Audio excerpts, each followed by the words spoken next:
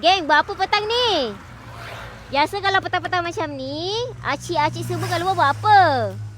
Hari ni, Angel belajar basuh kereta. Disebabkan dari awal Angel belajar kereta, dari zaman Angel ada kereta Hilux dengan kereta Mustang ni, tak pernah lagi sekali pun Angel basuh kereta sendiri. Jujur Angel cakap. Sebab kebiasaannya, kalau macam Angel nak keluar dengan bos hujan, dengan tim-tim kita orang lah, nak pergi buat konten ke, pergi rumah customer ke, kebanyakan kebiasaannya kita orang akan hantar terus dekat kaos. Sebab kaos cuci kereta ni betul-betul dekat dengan gudang Boyjan. Ni, sebelah ni je geng.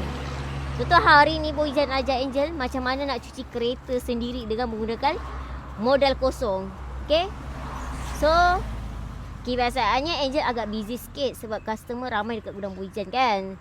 So, ini kiranya tak ada aktiviti lah, kira lapang. So, bila lapang macam ni, adalah masa Angel nak belajar cuci kereta.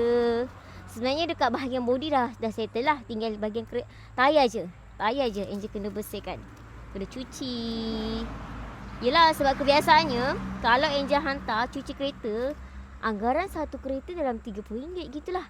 Termasuk dia settlekan bahagian dalam sekali. So ini kali pertama jujur Angel cakap Angel cuci kereta. Okay, kali pertama. Pun agak penat sikit lah.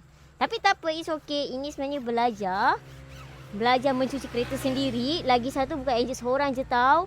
Boyjan sekali basuh kereta. Sebab Boyjan pun sama tau, tak pernah basuh kereta sekitar dia. Angel pun sama.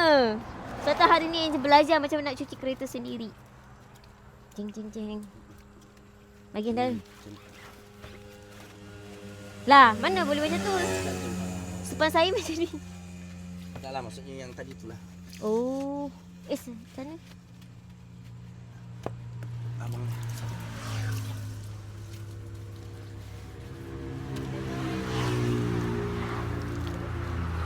Oh. Ya. Apa?